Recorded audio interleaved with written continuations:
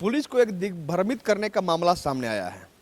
क्या है पूरा मामला, आइए हम जानते हैं। हमारे साथ सर थाना प्रभारी कृष्णा कुमार जी, क्या आखिर वो मामला है जो पुलिस को दिग्भ्रमित करने का प्रयास किया गया उसके दिनांक 27/1/2022 को सुबह सुबह ग्राम बघी के रहने वाले गोविंद कुमार भारती पिता सुरेश राम के द्वारा सूचना दिया गया कि हमारी गाड़ी रात में हमारे घर के बगल में लगाई गई थी। जो नई नई पिकअप वाहन हम डाल्टनगंज से दिनांक 29/12/2021 को खरीद करके ही लाए हैं। रात्रि में अज्ञात चोर के द्वारा हमारे घर के बाहर दरवाजे पर गाड़ी लगी हुई थी, उसे चोरी करके ले जाया गया है। जैसे ही मुझे सूचना प्राप्त हुई, मैं अपने पुलिस अधीक्षक महोदय को उक्त सूचना से अवगत कराया। पुलिस अधीक्षक महोदय के द्वारा मुझे आदेश प्राप्त हुआ कि त्वरित कांड को दर्ज कीजिए और अनुसंधान प्रारंभ कीजिए ताकि गाड़ी की बरामदगी जल्दी से जल्दी किया जा सके। आदेशानुसार मैंने कांड अंकित किया। कांड अंकित करने के उपरांत हम अपनी एक टीम गठन किए। टीम गठन करने के उपरांत हमारे पदाधिकारी विभिन्न क्षेत्रों में सीसीटीवी फुटेज एवं अन्य जहाँ से मुझे सूचना इकट्ठा हो सकती थी, उन चीज़ों पर मैंने अनुसंधान प्रारंभ किया।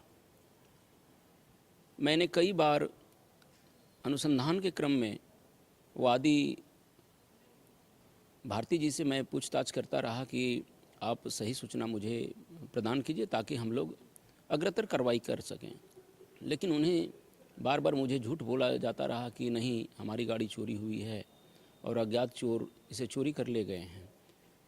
कांड के अनुसंधान के क्रम में हमारी टीम को पता चला कि यह गाड़ी चोरी नहीं हुई है, बल्कि अवैध साल की लकड़ी जो राजपुर जंगल छत्तीसगढ़ से लेकर के आ रही थी, उसी क्रम में रामानुजगंज पुलिस के द्वारा पकड़ी गई है और उसे पकड़कर रेंज ऑफिस में जब्त करते हुए उस पर प्राथमिकी दर्ज की गई है। तत्पश्चात मैं वादी को पुनः अनुरोध किया कि आप मेरे साथ चलें रामानुजगंज फॉरेस्ट ऑफिस, हम लोग फिजिकल रूप से उसे जांच कर लेंगे।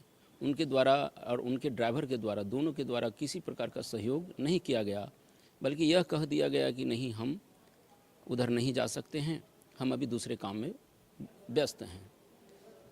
फिर अपने टीम के द्वारा मैंने उस गाड़ी का सत्यापन कराया। सत्यापन में मामला सही पाया गया कि गाड़ी रामानुजगंज वन प्रमंडल पदाधिकारी के द्वारा अपने प्रमंडल कार्यालय में पकड़कर 16 बोटा लकड़ी के साथ जब्त कर रखा गया है। प्राथमिकी भी अंकित कर ली गई है। तत्पश्चात मैं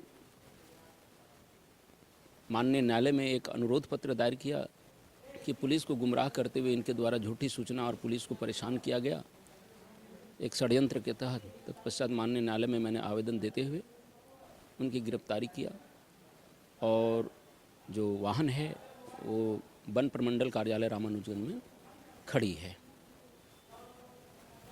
बहुत धन्यवाद। आप देख लीजिए कितना गुमराह करने का उसके द्वारा प्रयास किया गया। वह इसलिए आवेदन दिया था थाने में चोरी का कि वहाँ गाड़ी उसकी पकड़ ली गई थी।